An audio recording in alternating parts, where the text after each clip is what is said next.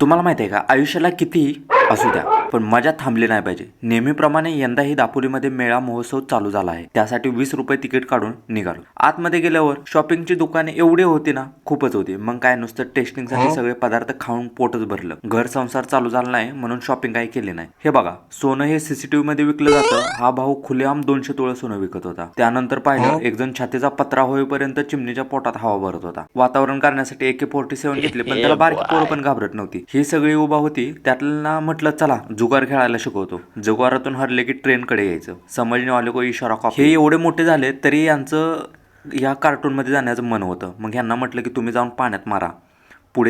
त्यानंतर पुढे जे पाहिलं ते तर खतरनाक होतं. जे आतमध्ये बसले होते ना, त्यांना त्यांच्या आजी आजोबा पंजोबा खापर पंजोबा सगळं खानदान डोळ्यासमोर दिसत होतं.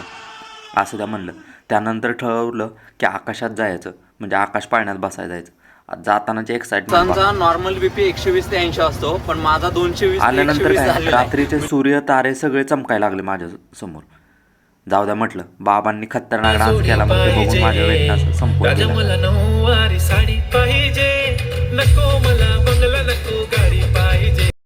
पुढे आल्यानंतर 2 बारक्यांची भांडणं लावून दिली.